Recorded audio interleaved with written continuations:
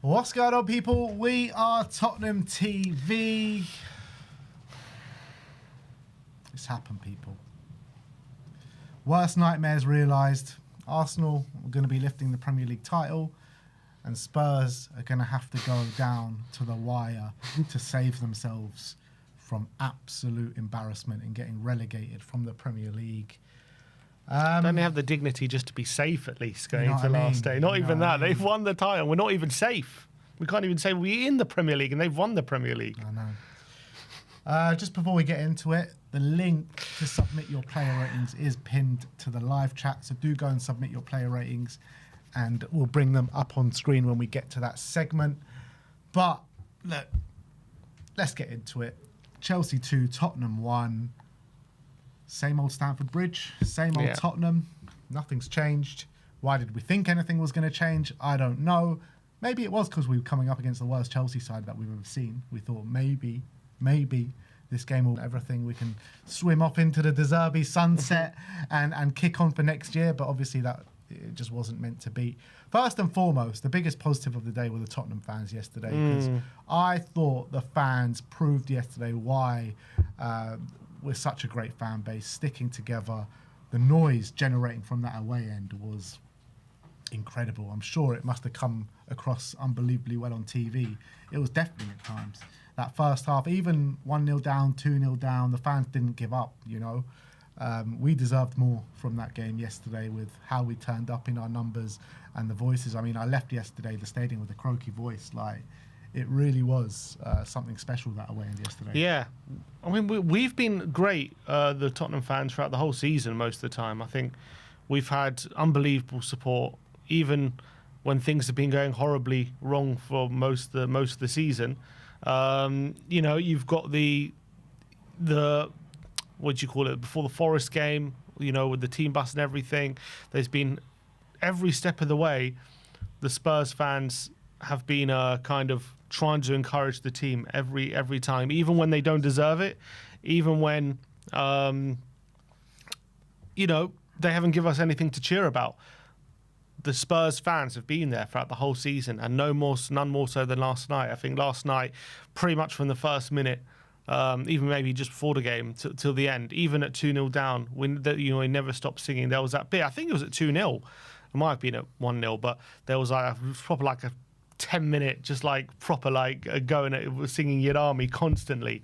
I don't know if it was 1-0 or 2-0, but we were losing at the time, and that just made me so proud, just like to be part of that away end. But unfortunately, the team couldn't give us what we deserved, which was a point and safety, and that was obviously gutting yesterday, because going into it, you had that hope that Chelsea in horrible form, this game doesn't mean much to them.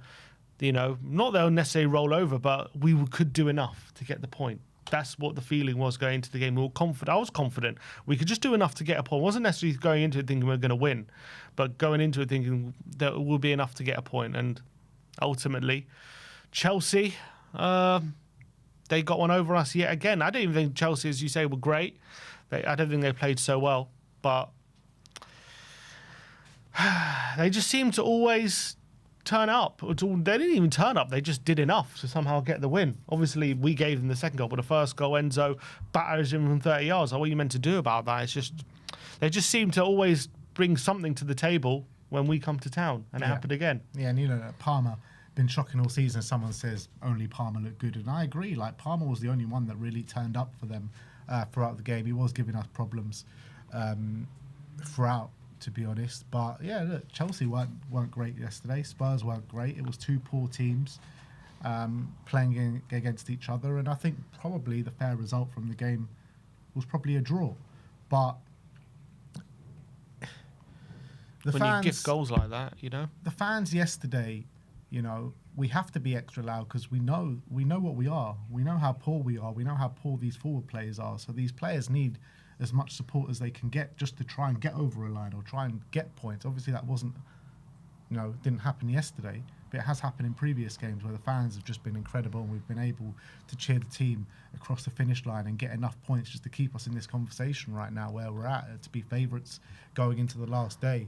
It is gutting to not be able to get over the line and go into that last game completely safe. Look, we'll get into all of that in a bit, but the reality was I thought we started all right. I think we started all right, you know, up until they did score completely out of the blue, which I think that goal did come against the run of play. I don't think we were unbelievable. I don't think we were creating as many chances as maybe we should have, but we had that chance, you know, Porro to Tell, and Tell hits the post where, you know, if that goes in, maybe it's a different complexion of the game and maybe the game plays out differently. But we were the team on top in the opening stages of the game, and I think we started the game and the players looked up for it. The fans were definitely up for it. But it's the same traits over and over again. How many times have we seen it this year? As soon as we concede, as soon as we go down, we don't have the composure, we don't have the confidence. The confidence in this team is so brittle. We can start a game well, and I think for the majority of games this season, we've actually have started well. Sometimes it only lasts 5 minutes, sometimes it only lasts 10 minutes. Yesterday it lasted a bit longer. But as soon as we went down, we lost all that composure. And Chelsea were by far the better team from the moment that they scored up until the end of the first half. And I was saying, you know, towards the end of that first half, we just need half time here. We need to get in. We need De Zerbi to get into them, because if this goes on for any longer, it could be 2-0 and it could be game over before half time. Obviously, it didn't matter because we lost the game anyway. But going into that second half, only 1 goal down, you thought, all right, maybe if De Zerbi gets into them, we can come out second half a bit better and get ourselves back into this game, because Chelsea weren't that great. Yeah, and I always felt the game was there for us. I think that for me, the killer moment was that second goal. I know 1-0, and then Chelsea got their tails up a bit. Palmer has a couple of efforts, which one Kinski saved and one just goes wide of the post. But it's not like they were peppering us too much, even when they were having a bit of a better spell. I thought, after we conceded, we did definitely lose our way a bit, and all Chelsea would come back into it, which, you know, you got to expect Chelsea were probably going to have a spell at some point in that game. They weren't going to go through the whole game us dominating.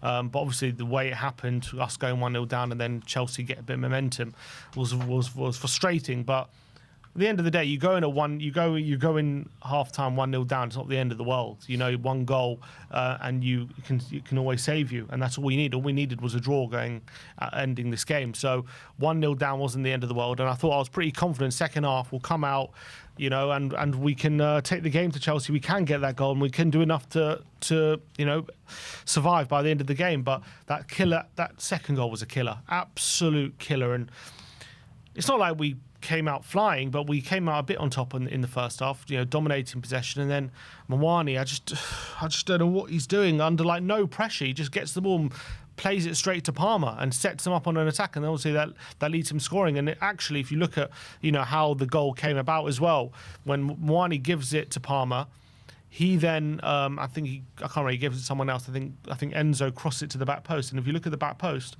there were 2 Chelsea players free. And actually, I think there was Enzo who headed it back across to Santos, who obviously scored. But the thing I'm pointing out is Mwani puts us under pressure in that moment and leaves us high and dry. And then he doesn't even get back. He doesn't sprint to get back in position.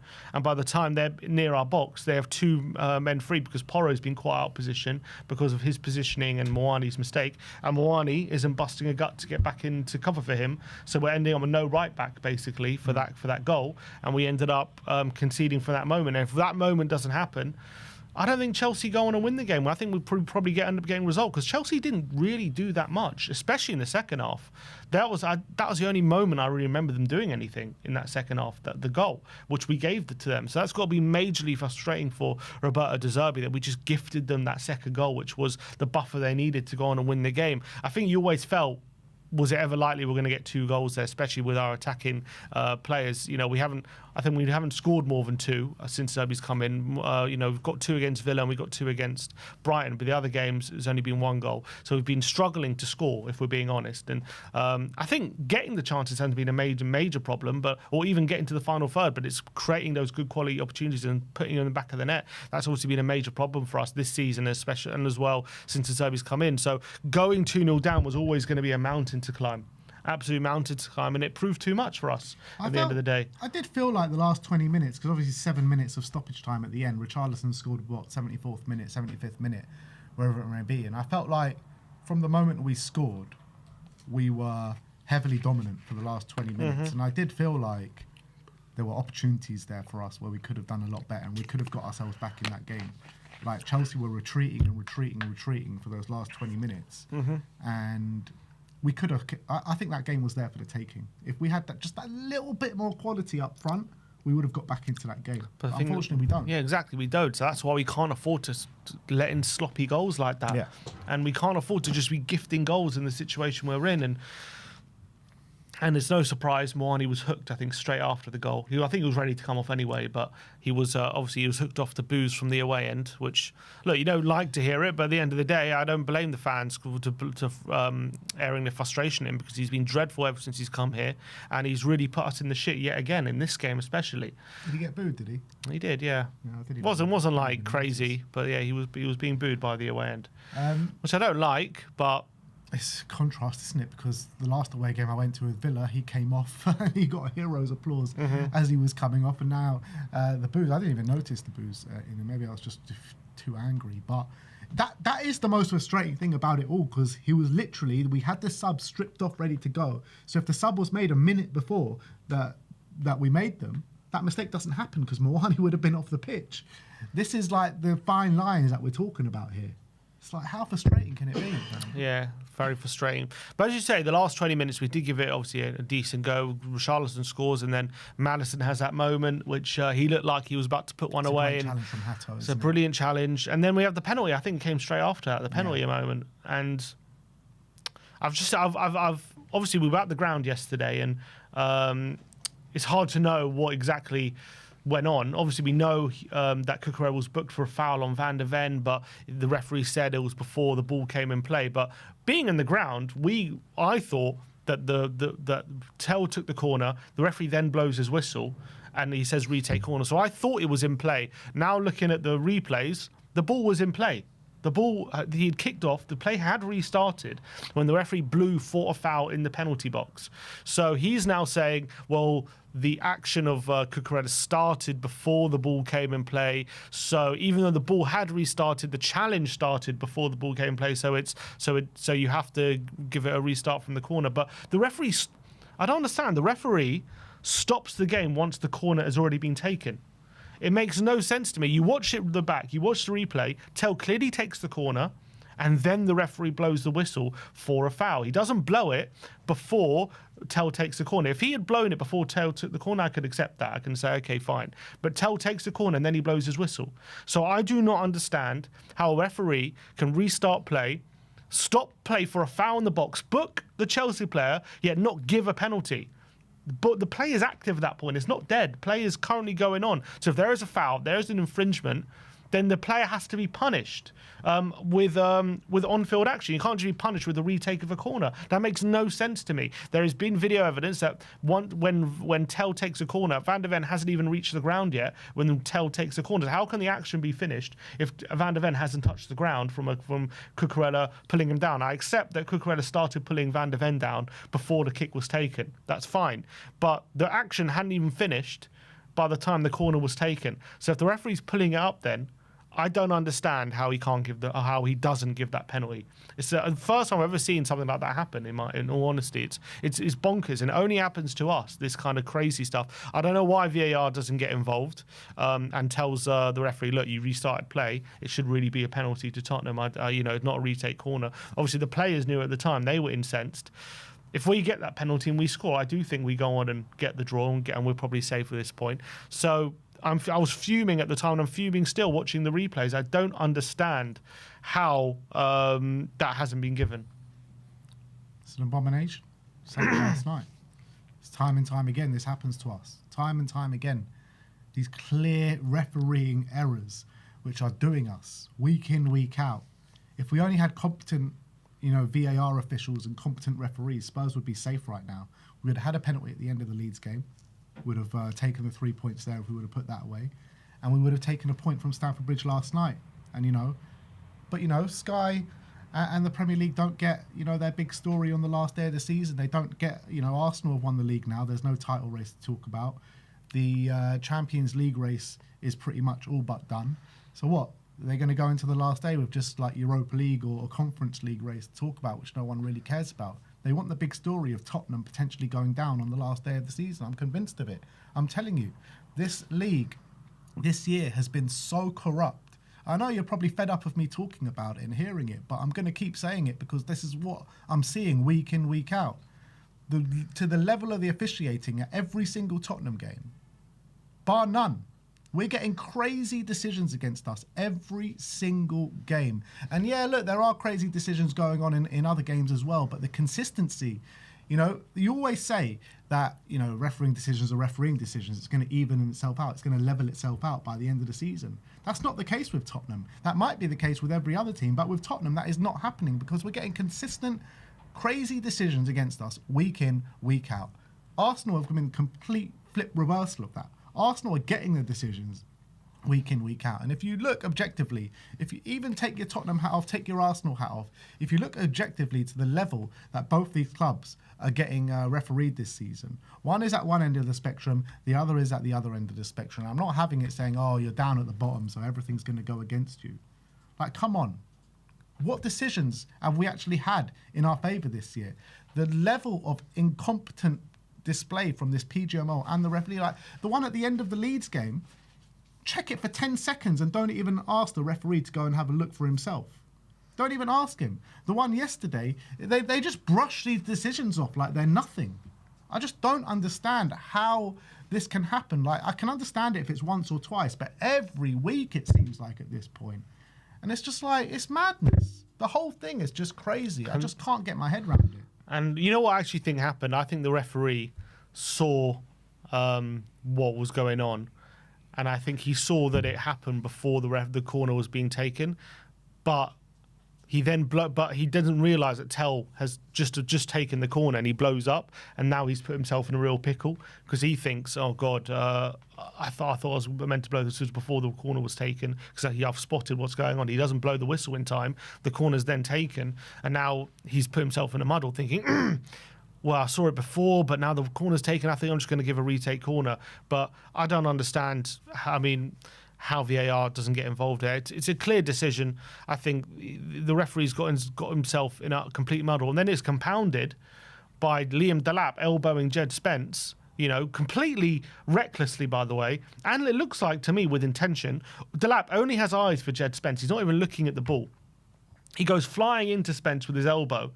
Jed Spence is then clutching his face. He's down on the ground, and yet he only gives a yellow card. VAR, I don't know if VAR took a look at it, but there was no flashing on the screen, VAR check or anything like that. So it looks like VAR clearly glossed over that.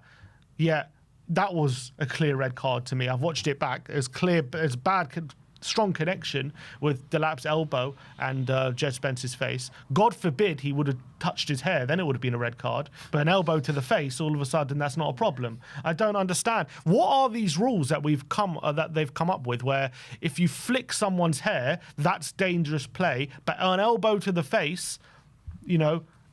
If you flick someone's hair, it doesn't matter if it's intentional or not, apparently. If you're trying to gain your balance and you accidentally pull someone's hair while you're in the air, doesn't matter if the intention, that's serious and dangerous play. And that's a red card. Yeah, if you elbow someone's in the face and now all of a sudden the intention comes into it, now what's going on? It's not that. If you elbow a Tottenham player in the face, that's when, you know, nothing happens.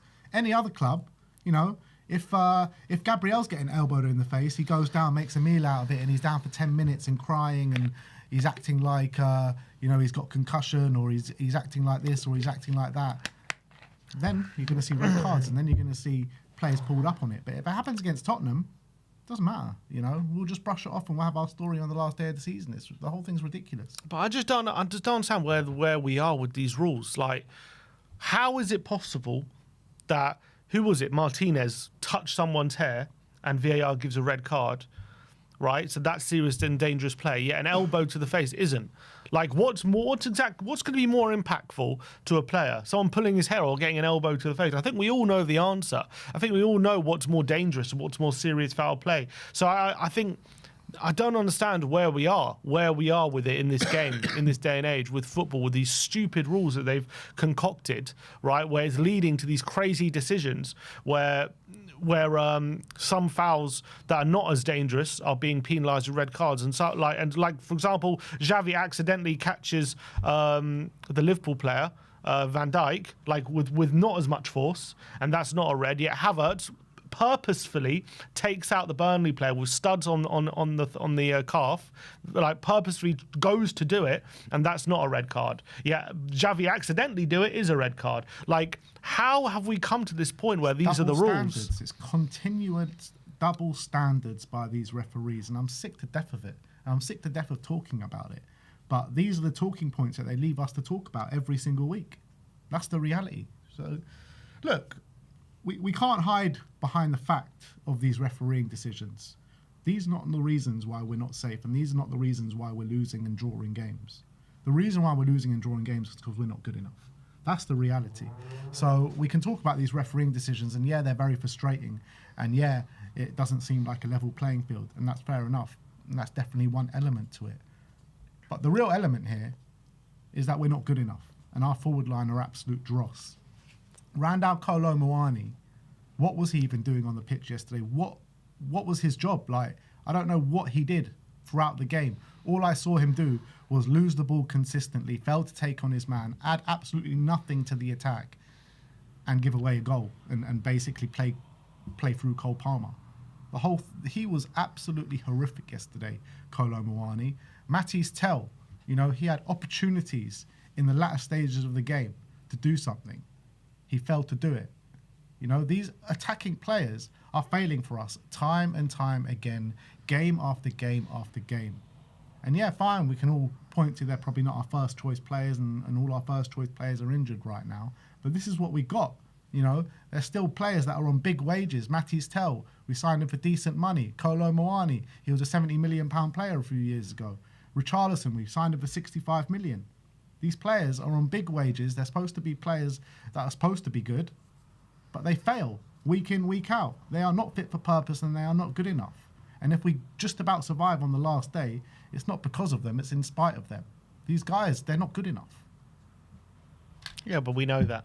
That's nothing new. I think we know that these are the guys we're relying on, and that's what we got to do. I mean, that's nothing new. That's just the situation, and they have cost us. They've cost us again. I think if we had better forward line, we probably don't even draw. We probably win the game, to be honest. If we had a better forward line, if we had better players available. Not only are they not available, not good enough, but they're also being forced to play. I mean, I know we brought Moani off, but most of these guys are having to play 90 minutes because we just have no other options. We don't have any other players in the forward line. Maybe he could have given a youth player a go, but we don't have anyone else right now. That is the sad reality of the situation. So if we are going to stay up, we're going to have to stay up with them in our forward line, and we're going to have to hope for the best. Now, Richarlison got a goal, and he nearly got a nice assist from Maddison, by the way, but it was a weird one. It's just, Rishi has this knack, doesn't he? He can be absolute rubbish for 90 minutes. He'll just come up with a couple of moments. Is that his 10th goal of the season? I think it was 11th goal of the Premier League, and it was a nice layoff as well for Maddison, which nearly got us in there. So, Rishi somehow comes up with something, but at the end of the day, I thought we were okay from defence. We were okay. I didn't think our defence was bad. I thought midfield, we were pretty competitive. I thought we were keeping the ball quite nicely for the majority of the game. I think we were getting to the final third pretty comfortably. But just like... It's down every time. Exactly. Just like the Leeds game, just like Sunderland game, every time we get to that final third, it breaks down. And we have no quality to create consistently good quality opportunities, and if we do, we don't put them away. We don't have the quality to finish them off as well. So it's very, very frustrating when you're watching Tottenham right now, because there's lots of evidence of what they could be, but we just aren't that, which is what we're not at the moment, and that could end up sending us down, and that's the most frustrating thing. But 100%, we are not good enough at the moment to get consistent results and do consistent things on the pitch, which is especially in the forward line, which is why we are going to the final day to see if we survive. But it doesn't help when you have those decisions consistently going against you. Yeah.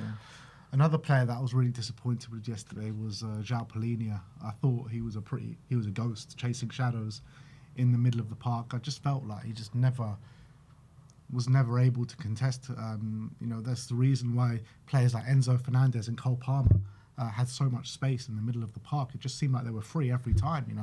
He wasn't really breaking down the play in the middle of the park, and when he got on the ball, he was absolutely horrific, wasn't he? João Palhinha yesterday.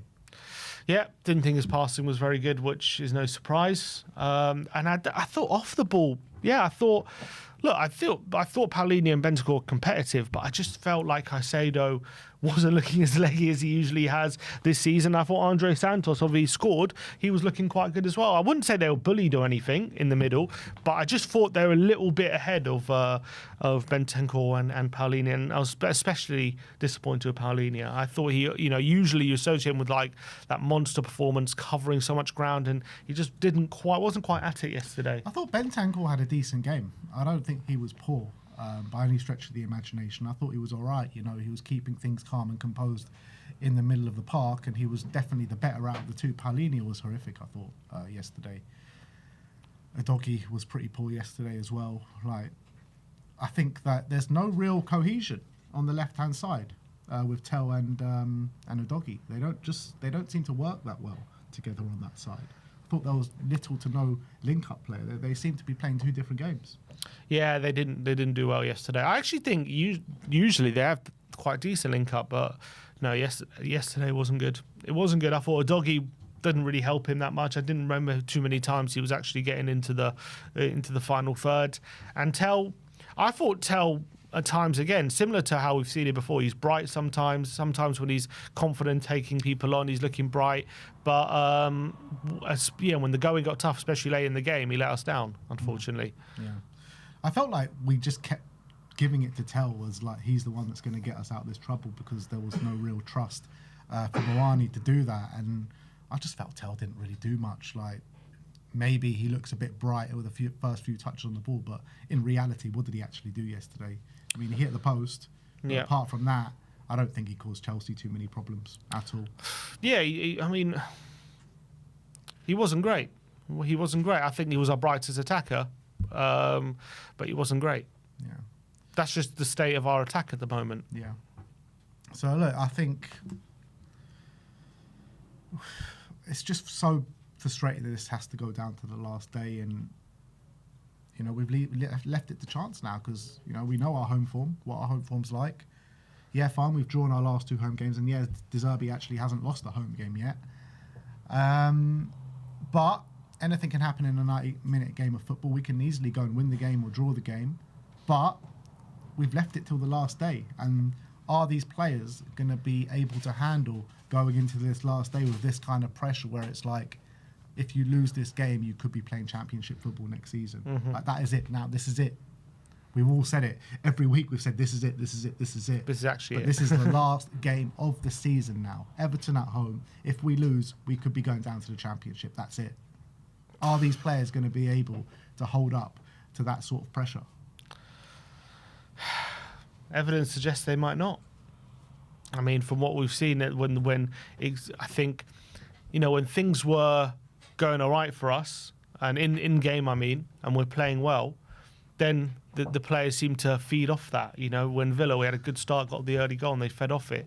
Obviously, Wolves, we did have to grind that one out, but against Brighton, there were some good moments. We just fed off that. But when we're conceding and when we're not playing so well, all of a sudden the players get in their own heads and the players start to panic, and all of a sudden some of the game plan goes out the window, and we don't stay calm, and we don't get our keep up our possession and passing game.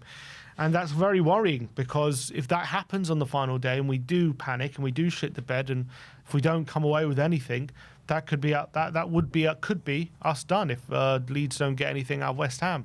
And you look in that situation and leaving it to chance like that, especially playing at home where we have a horrible record, and playing in front, it might not help playing in front of our home fans when we're maybe going to add pressure to them rather than try to relieve it. Let's hope we're all very supportive, and the atmosphere is a raucous atmosphere, just encouraging the team. But at the end of the day, what we've seen this season and what's been shown is we don't like playing at home. That is just a barefaced fact. There's nothing else to say about it. We don't like playing at home.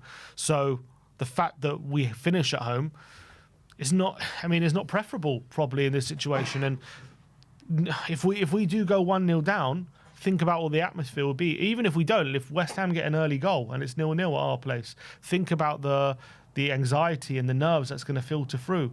Everyone's going to be knowing in the crowd what's going on West Ham. If knowing one goal for Everton could put us in the relegation zone. You know, what's that going to go for the mood? Obviously, I'm looking at the worst case scenario, but at the end of the day, that is what could happen, because we've left ourselves in this situation where it's the final day, and in the final day, anything can happen. You know, no situation is impossible. Obviously, maybe we get an early goal and we win comfortably. I'd love that to happen. I'm just saying, you're looking at the evidence of what's likely to happen, and if we do go 1-0 down, that's a scary thought. It is. Look, the only thing that can send us down is West Ham winning and Spurs losing. That is the only set of results. Both have to happen for Spurs to go down.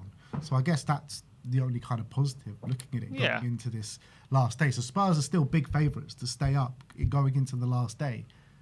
But I don't trust that Spurs are going to keep themselves up. I think the way we're going to stay up is West Ham not winning the game. West Ham are a good home side. If they're away from home, I would say, yeah, Spurs will stay up. I'd be confident that Spurs are going to stay up. They do have a very good lead side going to the London Stadium, one of the form teams in the Premier League right now. Them and Bournemouth have got to be the two form teams. So I kind of trust more that Leeds are going to get a result at West Ham than I do that Spurs are going to do the business for themselves at the Tottenham Hotspur Stadium. Look, do I back us to get a draw? I do. Do I back us? I do back us not to lose. I don't back us to win necessarily, but then again, I backed us not to lose against Chelsea, and we did, and we shat the bed, and we didn't get over the line. Now there were circumstances to that, but at the end of the day, we did lose in a game where all we had to do was draw. Right? We could draw, we could win. All we had to do was not lose, and we did. So going into the final day, knowing that fact is extremely worrying, but I still back us at home under De Zerbi not to lose against Everton. But I agree. I mean, there's a good chance that we might have to rely on Leeds. We might have to, because if the problem for me is, if at any point we're losing, I don't see us coming back from it. I don't think we can go down at any point. Not to say if we're winning and we get pegged back, it'll be the same. But if we go down, if we're winning and they turn it around and they're winning 2-1, I don't know if we turn it around. So that is the big worry for me. And any game of football, you can be losing. You know, you could be a great team and you could be battering a team and they hit you on the counter-attack and all of a sudden you're 1-0 down. So it can happen. But what we've shown is we're not good at coming from behind. We've shown it time after time. I mean, all the points we've got under De Zerbi, none of them have been from coming from behind, have they? We haven't won from coming from behind all season. No, but not for winning. I'm just saying, any points under De Zerbi, we've taken the lead in all the games that we've got points in. All the games that we've gone 1-0 down in, Sunderland and now this one. Yeah. And we've lost both games. So we haven't taken any points from when we've conceded first under De Zerbi. As you said, every time we haven't won a single game this whole season when we've conceded first. So there is no part of me that thinks if we do concede first against Everton, that we'll come away with it, and that can just happen. That, you know, you could be unlucky or whatever, and that's sometimes you need a bit of luck for that not to happen. So I'm very worried about that situation, 100%. I'm very worried, and I'm got a right to be. Look, the reality is there are 9 possible permutations between Spurs and Tottenham going into Spurs and West Ham. Sorry, there are 9 possible permutations. I wish it was between Spurs and Tottenham. Yeah, we'll still probably find a way to lose. There are 9 possible permutations, and 8 of them lead to Tottenham staying up, and there's only 1 that leads to West Ham staying up. So you look at that and you think it's still very much in our hands. That is ripe for Dr. Tottenham, mate. That is Dr. Tottenham ripe, mate. Well, you wish it was more in the balance, which was more 50-50. I don't know what I wish. I don't know what I wish. I just wish for Spurs to stay up. But you know these things have a way of conspiring their way against us. 100%. If anyone can screw it up, it's Tottenham. This is prime for Spurs to Spurs it up on 100%. We're Tottenham fans. We know the story. We know how this ends. We've seen it enough times to know that we can't take anything for granted. Bad, yeah, we've seen it all before. No, it's true, but I'm just saying, in terms of a situation, snatching defeat from the jaws of victory, that is Spursy at its very core, and that's exactly what this would be if we were to lose both games and we only need a point. Now, cast your mind back 10 years ago this season, we had finished below Arsenal, I think, for I don't know how many seasons in a row. right? 15 seasons or something. We needed 1 point from 2 games in the last 2 games of the season to guarantee finishing above Arsenal. What happened? Yeah. We lost both games, so we ended up finishing third. Southampton and Newcastle already relegated. Yeah, Newcastle. exactly. We ended up finishing. We just needed 1 point from those 2 games. We ended up finishing third. So this is nothing new. I know it's a different situation, but we have been in a similar situation literally 10 years ago this season. What I would do to give that back. What I would do to be back in that situation. Don't right get me now, wrong. man. I understand. I'm just saying 10 years ago, different targets, but we were in a similar situation. We needed 1 point from 2 games to achieve our target, and we didn't do it. We lost both games. So we can't let that happen again. But we have seen it with our own eyes. We've seen Tottenham make late season stumbles. We've seen Tottenham lose things on the last day against food poisoning against West Ham. You know, how many times? You know, a few times we've lost things on the last day. I remember once we were playing Arsenal for a top 4 place in the last day, and the whole Tottenham stadium thought Arsenal had. I think they were playing Newcastle away. Everyone thought, the whole stadium thought they'd equalise and ended the game thinking we were in top 4, only to find out after the game Arsenal had actually won. Yeah, there was no equaliser. There was no equaliser. Like, we have been screwed over on the final day a few times. I remember we needed Arsenal to drop points against West Brom in the final day once, and Martin Phillip ends up making 3 howlers, and they end up winning 3-2, and we end up costing us a Champions League space because Chelsea win the Champions League, so we didn't even get Champions League despite finishing top 4. Like, there's a lot of times Tottenham have been screwed over on the final day. On the other hand, there is a few times on the last day where we've actually come through and actually pulled through and done the business as well. So, look, I think it's more the former rather than the latter. But, you know, we have had things going our way in the last few games of the season before as well. But obviously we're a much better team then. And I just don't trust it, man. I just don't trust anything about this Spurs team to do the job for themselves. I think we're going to have to rely on West Ham to throw it down the drain. Why do you think we lose? I think there's a good chance of it. I do think it's a good chance. If you ask me for my prediction right here, right now, I'll probably say we'd just about get away with a draw. But it's not a guarantee. I think there's a good chance we lose this game. Yeah, I don't think we lose. But as you say, when it's one game of football, there's no guarantees of anything. No guarantees of anything. So, I don't think West Ham win. I don't think West Ham win. I think they do weekend. win. You think they do? I think I think it's going to be a draw at the West Ham game as well. I think they get an early goal in that game and they go 1-0 up. I think their home form's been good. I do think they win. I think they just find a way to get over the line. I think we are gonna have to get something. I think, in my opinion, if we're gonna have to stay up, and I think the likelihood is we're going to be staying up on goal difference. Yeah, I mean, when was the last time someone stayed up on goal difference? I can't remember, but madness. I think as well, like, if you ask both sets of fans, probably both don't trust their team to do the business on the weekend. You know, West Ham fans are going into it saying, "Oh, there's no way." Spurs fans are going into it saying, "Oh, we're not going to get the job done. We need to rely on West Ham." It's just like this is what a relegation battle does, doesn't it? You know, we've both been so shit all season, but something's going to have to give on the final day. We just need a point. That's all we need. 1 point. It's a weird situation because obviously we're sitting here absolutely annoyed and frustrated. We haven't confirmed our safety at this point, right? After last night's defeat, we've had multiple chances to do it. If Danso doesn't make a mistake, we're safe. If Maddison gets that penalty at the end of the game, we're safe. We've had a few chances to do it. Get the penalty last night was safe. You get the penalty last night was safe. So we have had chances or moments that we could already be safe. But on the flip side, if I told you when De Zerbi took over, last day of the season, we are going to be 2 points clear of West Ham and just need a draw against Everton to be safe, you'd probably say, yeah, I'll take that. I would have taken that. You know, on the flip side as well, if Paulinho doesn't get that goal against Wolves, you know, we could have been down already by now.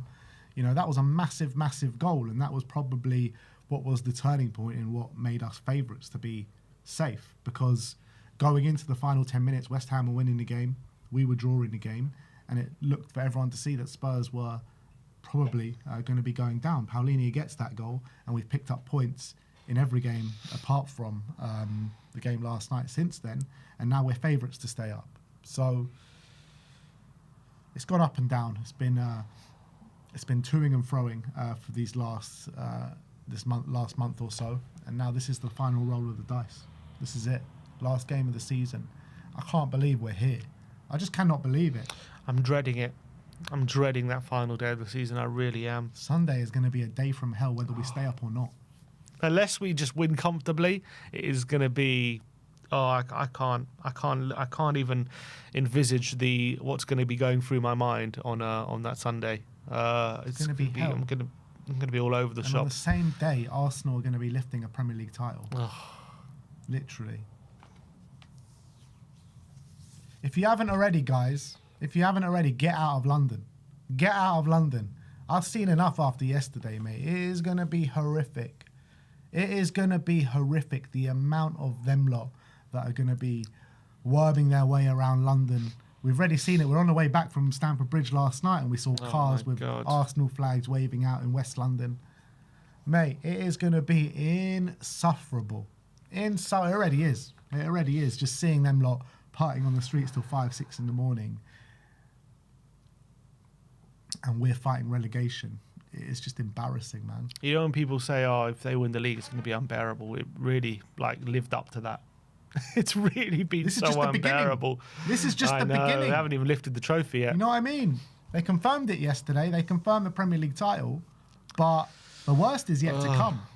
I'm telling you guys, 31st is the Champions League final. Well, the 31st will be their parade. 31st of May. If you guys just lock yourselves in your houses, do not come out of your houses for those of you living in London, because this is going to be the worst day. You're going to have Arsenal fans everywhere swarming around London. If you had a look at our parade, we had a lot of people at our parade. You ain't seen nothing when you've seen this Arsenal fan base is massive. And yeah, just don't come out your houses, guys. It's not going to be good for you. Just stay at home. Yeah, you're going to have to quarantine. Everyone's going to have to quarantine during this Arsenal parade because, especially if they win the Champions League as well. Like, oh my God, I don't even want to think about that. Let's cross that bridge when we come to it. Cross that bridge. That's just the icing on the cake for them, though, if they win the Champions League, because they've already won the Premier League. 22 years in. Well, you know what? We've seen them win the Premier League. We've never seen them win the Champions League. That's something that we can't accept. I can't have them winning the Champions League as well. Premier League, it is what it is. They deserve it. Let them have their day on the 31st. Yeah, just don't come out your houses. It's going to be awful. I know we're not going to be in the studio that day. I'm locking myself in. I'm not coming out anywhere. I'm telling you, anywhere in London is going to be swarmed. It's going to be swarmed. So stay away. And I said, dark days. These are dark days. Yesterday was a dark But you know what? There are lessons to be learned from what we're seeing. Massively. And these lessons should have been learned a long time ago. Don't get me wrong, but these are not for us, but as a club. Arsenal were where we were not so long ago. Not maybe this bad, but they were in the wilderness. They were mid-table. They were struggling. They were being laughed at. To be in mid-table right now. Yeah, don't get me wrong. That's fine, but I'm just saying we were close to them. We were close to each other not so long ago. And we were, all of a sudden, Tottenham are coming up. We're having all these revenue streams. All of a sudden, you're looking at the money tables, and we're above Arsenal. And Arsenal, struggling to get into Europe some years, struggling to get into Europa League. And all of a sudden, Tottenham are, regular Champions League team. And you're thinking, okay, we're on a level playing field. And you look at the difference now. Some reports saying, if Arsenal win the league and Champions League, they could be the richest club in the world all of a sudden. And there's lessons to be learned, because what have Arsenal done that we haven't? What's the big difference? They've stuck with something and they focused on the football.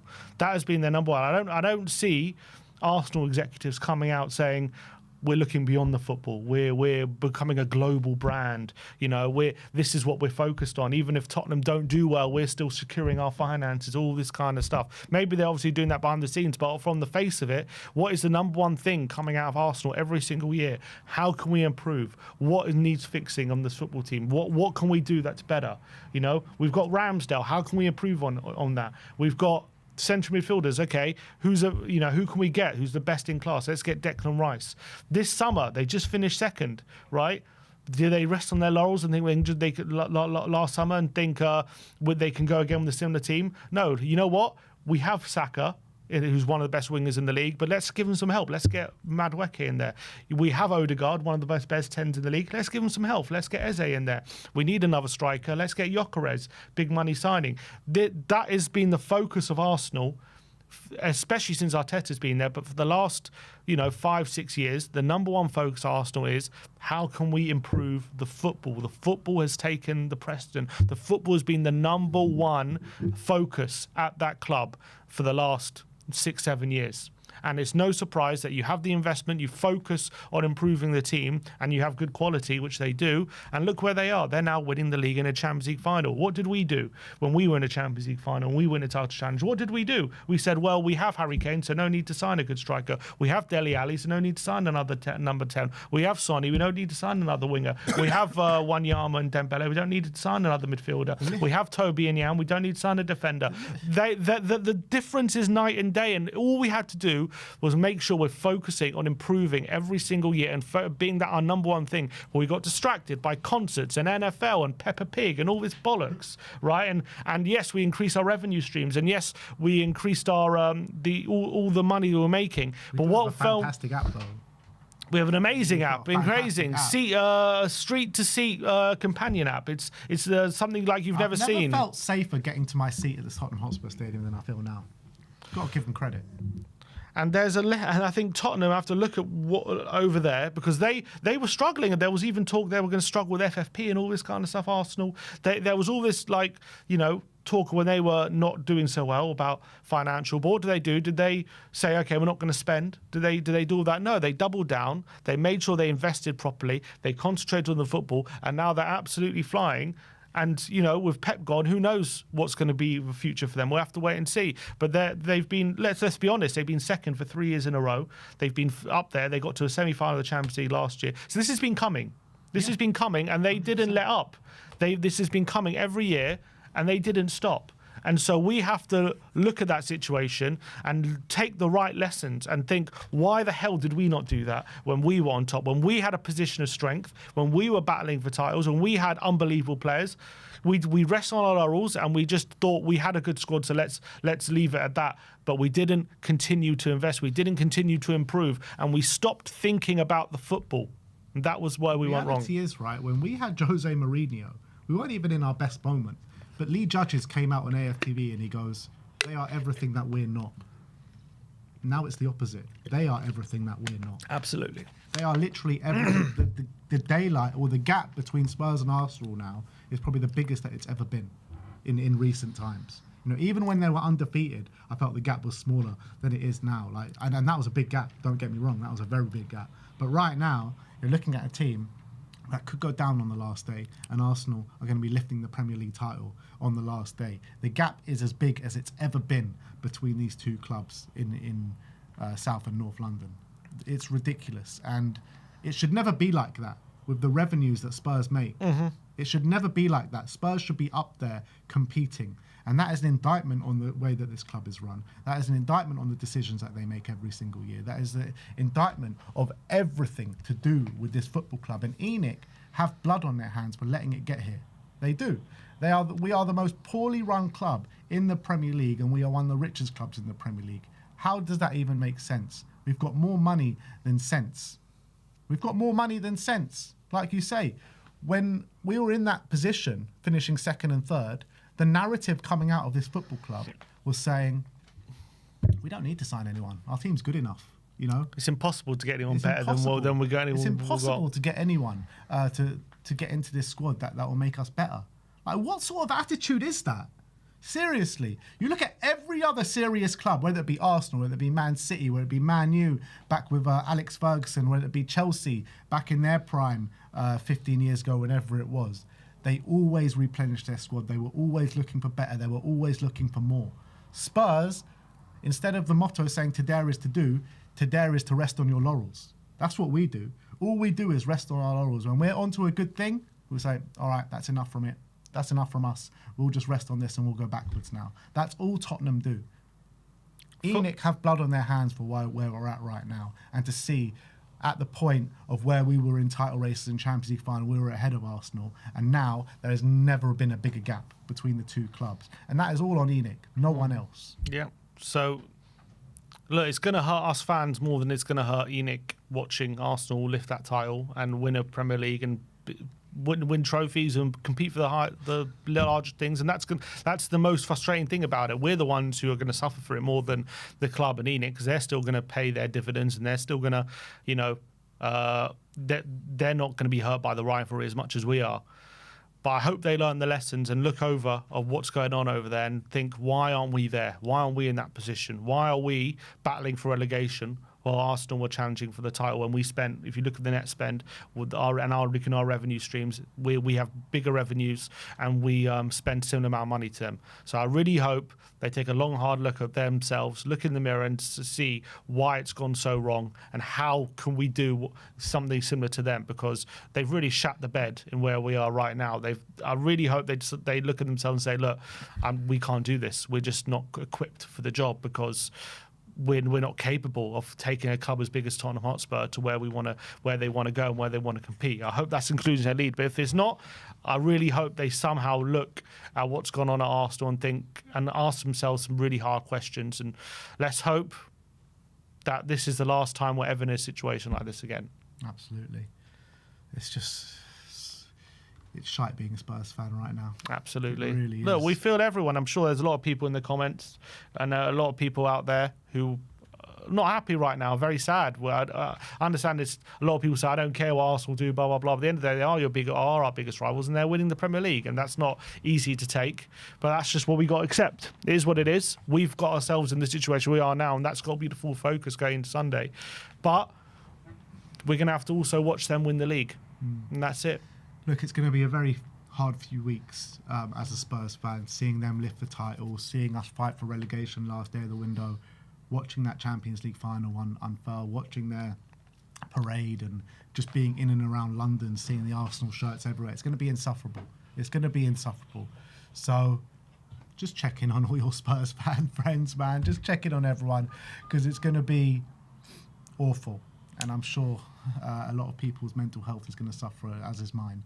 So, but for now, everyone check in on everyone. Make sure everyone's doing all right.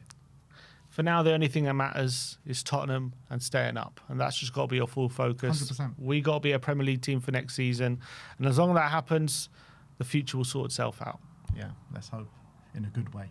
But yeah, look, let's move on from that monstrosity, because it's too much to think about and to go on. Let's get into a few super chats before we get into player ratings. Submit your player ratings, by the way, in the comment section. There's a pinned link in the live chat for you to submit your ratings. But in terms of the super chats, what have we got? We've got Mario Bari saying, even an unfit recovering Maddison outshines every single attacking or midfield player. Just shows you how pathetic our players are. They don't deserve to be professional footballers at this level. I mean, I don't know if they don't deserve to be professional footballers, but it's true. Like, Maddison is head and shoulders above anyone we got. You see what a difference he makes. Even for the few minutes he comes on, he's just so much better than everyone else. It's ridiculous. Yeah. And Prowry says, with the title already decided, all eyes on the relegation battle. That is a scary thing to think about. The pressure will be insane. And yeah, 100%. That's what we were saying before. The pressure going into Spurs in this last day of the season is so big. The pressure is so much bigger on Tottenham than it is on West Ham. Like, first of all, West Ham have been here and done it, and it's not new for them to be in a relegation battle. We've seen them get relegated, twice in our lifetime, and come back up and whatever. They're no strangers to being in this situation. Whereas Spurs, it's the complete, like, if Spurs go down, it's completely catastrophic. last day limbs? What are we saying? Spurs pitch invasion? I don't even want to think about it. Just let's get safe and let's never have to worry or think about this situation ever again, and remove this season from our memory. That's it. That's it. I'll celebrate the goals and I'll celebrate us staying up if it does come to that. But it's not going to be happy celebrations. It's going to be relief and anger still. All right, let's get into these player ratings then. Let's start off with Antonin Kinski. 6s from us, 5.8 from you guys. Are the numbers not coming up? Is there something that you can do to refresh it or something? We'll get the numbers up for you in a second. But yeah, 6s for Antonin Kinski. He made a really good save at 0-0 early doors. The Enzo goal, Yeah, I wasn't crazy about with the Enzo goal. I don't know. maybe he could have done a bit better. I mean, it was at a decent height for him, wasn't it? But it was a very good shot. It was right in the corner. It's a difficult one. You watch the strike. The ball's wobbling around. It's not an easy shot to save. But on the flip side, it was a nice height. Wasn't like the quickest shot. Maybe he'll be a bit disappointed with it. Didn't seem to get that near it though as well. So I don't think it was an error. But I was just maybe I need to watch it again. But something tells me he might be able to have done a bit better with it. Don't think he could have done much with the Santos one. No. And I think that's the only other save he made was Palmer, wasn't it? I don't remember any of the other saves he made. Yeah, it was a fairly quiet afternoon for Kinski. Made one good save and looked calm with the ball at his feet, as he always does. Next up is Pedro Porro. Sim gives him a 5. I gave him a 6. You guys giving him a 5.3. Obviously, our big 2 moments in the game. He was involved in the build-up for the goal that we did score. And he also put it on a plate for Matty's Tell at 0-0, where he hit the post, where I thought Tell should have done a bit better from that situation. So always dangerous when he's got the ball at his feet, involved in another few nice moments in build-up in the middle of the park. But I just felt like he just left too much of a gap at right back, and it felt like they had the free roam down that side at times. I thought Cucurella was giving him all sorts of trouble, wasn't he? And Yeah. I thought he was probably one of their better players, Cucurella, on the day, and I thought Porro really struggled to deal with him. As you say, going forward, he was all right. Set pieces, I don't remember, did he take too many set pieces? But I think Tell was taking a few of them. I don't think it was one of his better games, to be honest. I think he's played better in other games. Yeah, defensively, he's been a lot better in the last 2 games than he was in this game. And obviously, wasn't totally his fault, but caught out for the second goal with caught up the pitch because Moani made the mistake. Yeah. So we had no right back for that bloody second goal. Next up is Kevin Danso. I gave him a 5. You gave him a 6. 5.8 from you guys out there. I thought he really struggled to track Santos for the goal that they scored. Obviously, it was a bad mistake from Moani, but I think Danso's got to be doing better in those moments. On the ball, I thought he was pretty bad as well. But yeah, I mean, he stood up to scrutiny a lot, and I think he handled the physical battle with Liam Delap pretty well. But yeah, just those few little moments that cost us, and I felt like he was one of the ones that defended really poorly for that Santos goal. Yeah, I think Delap didn't have a sniff. I think he dominated him, so that was good. I think, again, as per usual, clearances, stuff like that, pretty good from Danso. I just felt, his passing game, I mean, it's never really that strong, but I thought particularly in this one, it wasn't particularly good, and I think we struggled occasionally when he was on the ball to build up. But, I thought he was all right. Van der Ven? Yeah. Next up is Mickey Van der Ven. 6s all round. 5.8 from you guys for Mickey.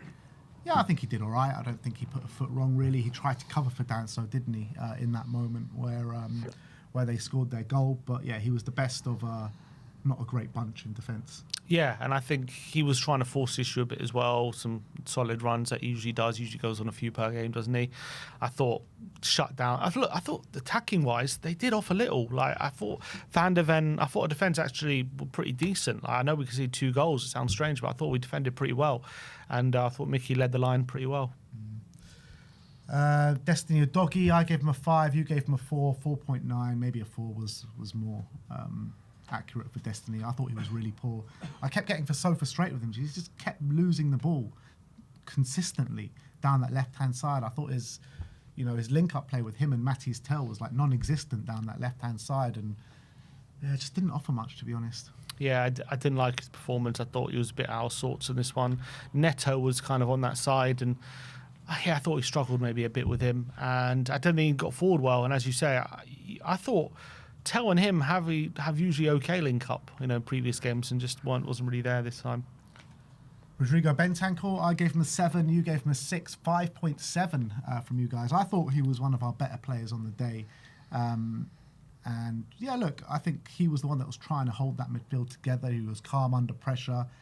He kept the ball moving, but it felt like he was doing everything by himself pretty much at times in the midfield. So I felt for him a little bit. But yeah, he was one of our better players yesterday, I felt. Yeah, I agree. I think at times he was like really composed and did some really good stuff. I remember that there's some times where he's challenging with the ball in 50-50 and without even moving, he just manipulates the Chelsea midfielders so that he can just retain the ball without having so much pressure, just with his own movement. So, like, really impressive. But I don't think he was quite as effective in this one as he had been in other games. I think this was probably one of the weaker games for him personally. Next up is João Palhinha. 4s all round for João. You guys are giving him a 4.8. Usually you know what you're getting with João Palhinha. Off the ball, an absolute monster, contesting for everything, winning a lot of tackles and duels. I don't know the stats, but I don't imagine it's as high as previous games because I thought João off the ball was really bad, and I thought players were running rings around him a bit yesterday and he was chasing shadows. Their midfielders seem to have all sorts of space in the middle of the park, and I thought that was mainly down to João Palhinha. And on the ball, I thought he was more horrific than he usually is. Yeah, that's the thing. This is the thing with João. Sometimes, like most of the time, you're getting off the ball a solid, monstrous performance. But he does have these kind of performances in him, doesn't he? And I thought he was off it. He was off the pace for sure. Off the pace, he just wasn't up to didn't stand up to scrutiny. Caicedo and Santos seemed a little bit more energetic than him on this occasion, and I thought on the ball, as per usual, Palhinha was pretty poor and was pretty sloppy on the ball and didn't really offer much. So, and as well, expected maybe him to be a bit more of a threat from set pieces and didn't really threaten from that as well. So it wasn't a good day for João. Randall Kolo Muani, I've given him a 1. You've given him a 2. 1.9 from you guys out there. Obviously, the thing that you're going to remember from Randall is the mistake just before he comes off, which is so frustrating because the subs were ready before that mistake happens, and if the ball goes out of play literally a second before, he probably comes off and that mistake doesn't happen. However, it doesn't, and it's a horrendous pass straight to Cole Palmer. That was horrific, but I don't remember one good thing that he did throughout the game. Every time he got it, he lost it, made no impact to our attacking play whatsoever. It was just a shocking performance all round. Literally, I felt like he lost the ball every time he had it. Yeah. They only gave him a 2 because I thought in the first half... was on the team sheet. Yeah, he's a double-barreled name, so I gave him a 2. No, I thought there was some moments where I thought actually he dribbled all right, but then ended up obviously completely screwing up the final pass anyway. But yeah, he was shambolic, to be honest. Really, really terrible performance. I mean, we've seen some bad ones, but this is right up there with those horrible performances. Just when you thought maybe he's getting to grips with us, Zerbi is just another example of him being absolutely shambolic, and doesn't help when he also assists one of the Chelsea goals as well with a horrific pass. And he seemed like a Chelsea defender for a lot of the time than the Tottenham attacker. That's how bad he was playing. And I wonder if that'll be his last game or whether he'll start on Sunday. We'll see. Yeah, I guess the only positive thing going into the last game of the season, it's going to be his last game as a Spurs player. That's one positive. Conor Gallagher, 5s all round, 4.6 from you guys. I mean, I felt like he was a bit of a bull in a china shop at times. He was getting booed every time he was on the ball from the Chelsea fans, going in for late challenges, running around a bit like a headless chicken. Going forward, I think he had one shot that got blocked. Can't remember too much else. He needs to do more to impact the attack. I think off the ball he was trying his best, but again at times he was chasing shadows a bit. Yeah, wasn't so impactful. I don't remember what he did on the ball, to be honest, off the top of my head. I don't remember him having too much impact. He did drop into the pivot late in the game, but I don't think that helped his game. And then off the ball, I mean, no, he runs around a lot, but I don't think he helped actually Palhinha and Bentancur massively as much as he did in this game. So I was expecting us to put their backline under a lot more pressure than we did, I felt. And I thought our pressing wasn't quite as good this game. Yeah, agreed. Matisse Tell, 4s all round. You guys give him a 5.1. Hits the post at 0-0. He was the attacker that Spurs looked to make something happen, and I just think he failed to do that more times than not. The thing that really got to me is in the latter stage of the game when we were really on top, a few chances presented itself to Matisse Tell, and it's just awful application. There was one where it just bounced off his head that lands in the arms of Roberto Sanchez, and another one right in the last attack of the game where it looked like a real promising opening. He had players in the box and he just fluffed his lines to get a ball in the box. Ridiculous. Yeah, he hit straight at the keeper. I mean, to be honest, I watched that chance again, and I thought in the moment that Saul was like completely free, and he wasn't quite. So it wasn't quite an easy chance, but still completely fluffed it. Put it straight to Sanchez. And late in the game, he had a couple of moments which I think got a lot of people riled up and a lot of people angry, understandably so. So I thought he was probably our brightest attacker on the day. Not saying much, but I think he was one trying to make things happen and looking most likely to make something happen. But unfortunately, never quite did anything.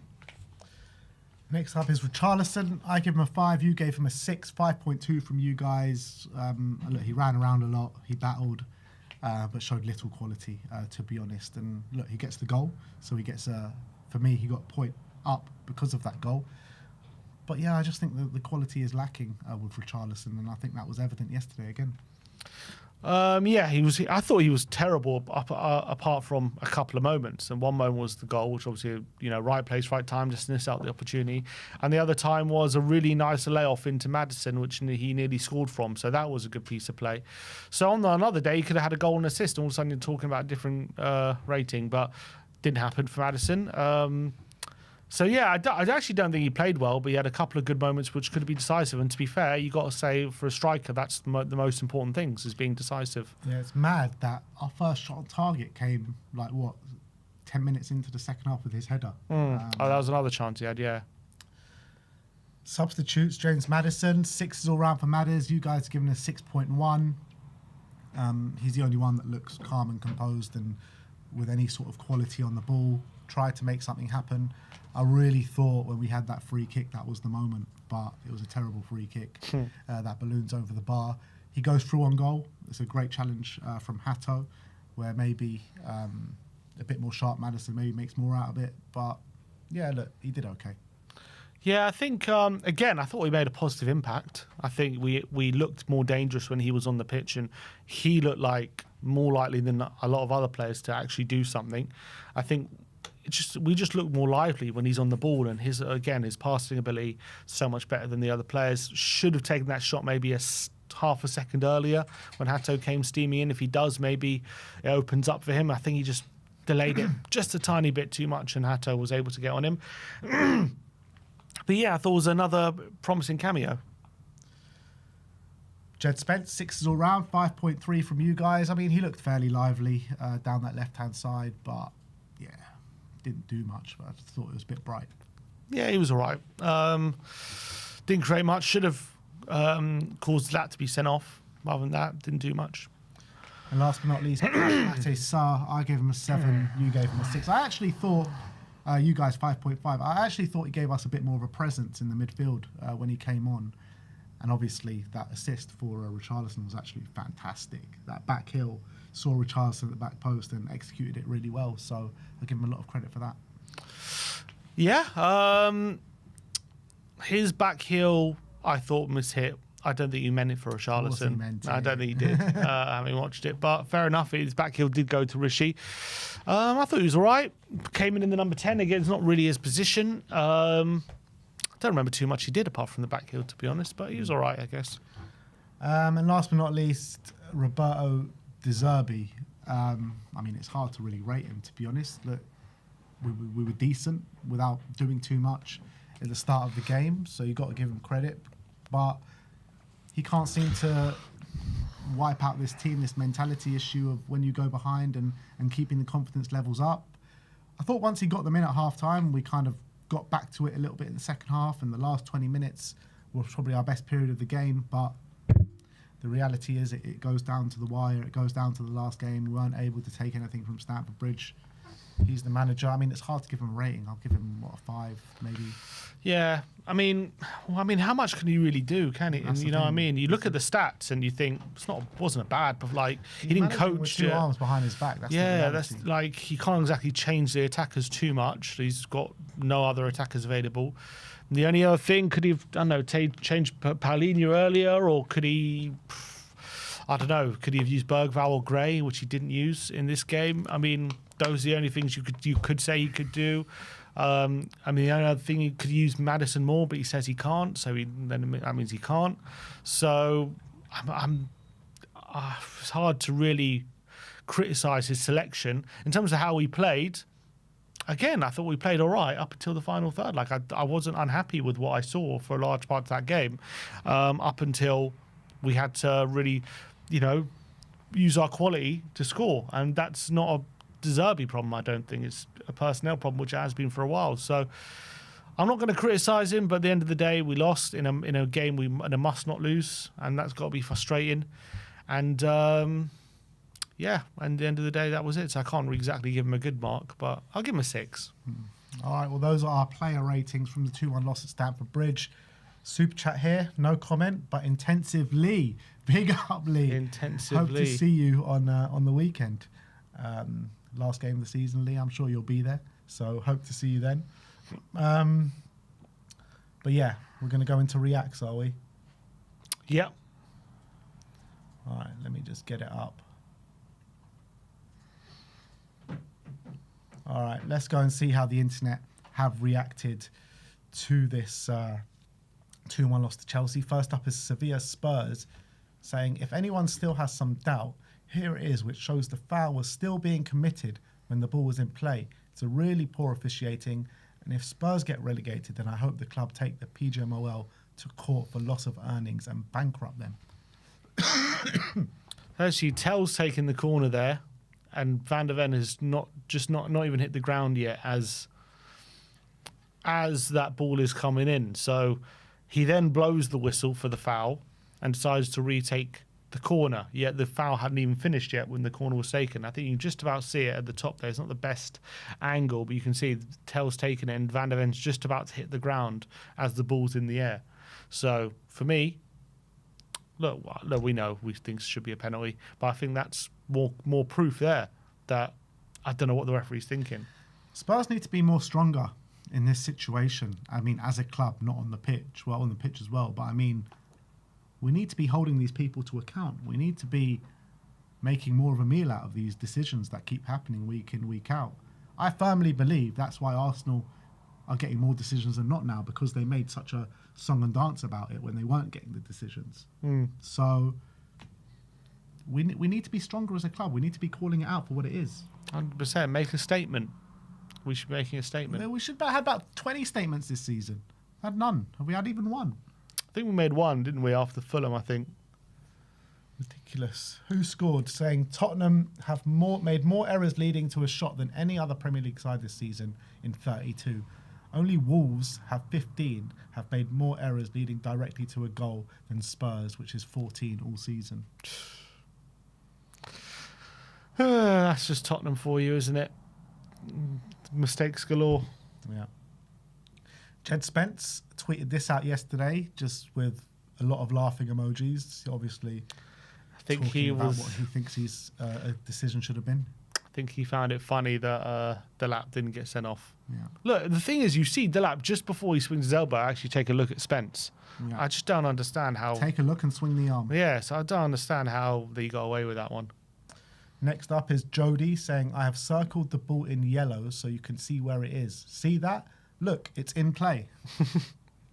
And it's funny if you no, obviously we covered that at the top, but if you scroll down, the Premier League Match Centre said that the referee's call of no penalty to Tottenham was checked and confirmed by VAR, with it deemed that the action was before the ball was in play. Then there was a community note saying it is very clear that the ball was already in play. Well, there you go. Community notes never lie. If you're getting community noted Premier League, you know you've done something wrong. This is a video of Mickey Van der Ven and James Maddison just going absolutely irate at the officials. Some people in this clip are not happy with Gallagher because Van der Ven and Maddison are having a go and letting their feelings out, and then Gallagher just comes in and just high fives to the ref and says, yeah, well played, mate. Like, should he be sticking with the... Mate? Is this... Well, we got another undercover agent here. No, he goes, yeah, well played, Gallagher. Well played, ref. Well played. What? Was he? Yeah. He didn't seem to be being sarcastic. Maybe he was. Don't know if that's sarcasm. I don't think that doesn't look like sarcasm to me. Maddison and Van der Ven are clearly furious. Rightly so. Yeah, I don't know. It's hard to read into it. Just saying, there are some people who weren't happy with that. But yeah, look, I think they should have give their feelings on to the ref. I think he shat the bed with that decision. That pissed me off. Jordan says Tettle literally did the one thing you shouldn't do in this position.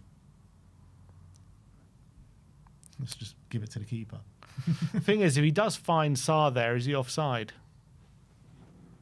He very well could be. But maybe the back post there, that player looks onside, whoever that is. Spence. If he can get it to Spence, I mean, that's a difficult ball, though. But yeah, he put it straight to Sanchez, which is obviously horrible ball. What to do? But yeah, but in terms of, I mean, yes, it was a terrible ball, but it's not like there's tons of options on there. Yeah, but he still just gave it straight to the keeper. I'm not saying it's a good ball. I'm just saying it wasn't like this unbelievable opportunity that people are painting it out to be. If you get it up high in the air, you know, Richarlison can run onto that and head that in and attack those two centre-backs. Well, we have a 3-on-2 here, potentially. Yeah. So, you know, but then no one's really... It's not an easy ball there. You have to get it... If you've put it across the corridor of uncertainty, you have to get it in between all those players. It's not easy. Yeah. This Chelsea account, saying Cole Palmer enjoyed giving it to the Tottenham fans last night. He was having fun with them. No matter how bad Chelsea are, we'll always beat Spurs. That's guaranteed points for us, and it's hard to disagree with that. Did Cole Palmer actually do that, or was that AI? Did he actually do that? Is that real? I think so. Doesn't look AI. Well, you threw the wanker sign. What a dickhead.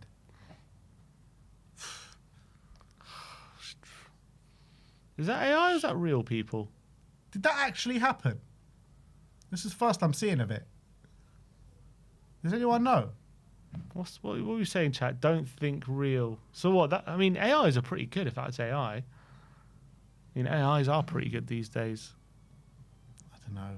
Is that AI? Yeah. No, the Arsenal fan says it was real. I don't know. If that's real, that guy's a dickhead, man. Fucking Palmer. Spurs insider. I mean, this is just... Look, Van de Ven was absolutely... His head was on Mars, wasn't it, at points in the game yesterday? Yeah, I think Van de Ven was all of us in that picture. Yeah. I think after that second goal, Van de Ven's like, yeah, he's like, what have you just done? I think that picture speaks 1,000 words. Yeah, absolutely. But that is it. That is the way the internet did react to the 2-1 loss yesterday. But that is it. We've got bloody Nicky coming into the studio tomorrow to... it is tomorrow, yeah, to go through. This will be the last relegation podcast before the end of the season. So we'll see how it goes, people. But tune in for that. And we'll see you tomorrow. Thank you, everyone, for joining us today. Like, subscribe, and comment. And as always, come on, you Spurs.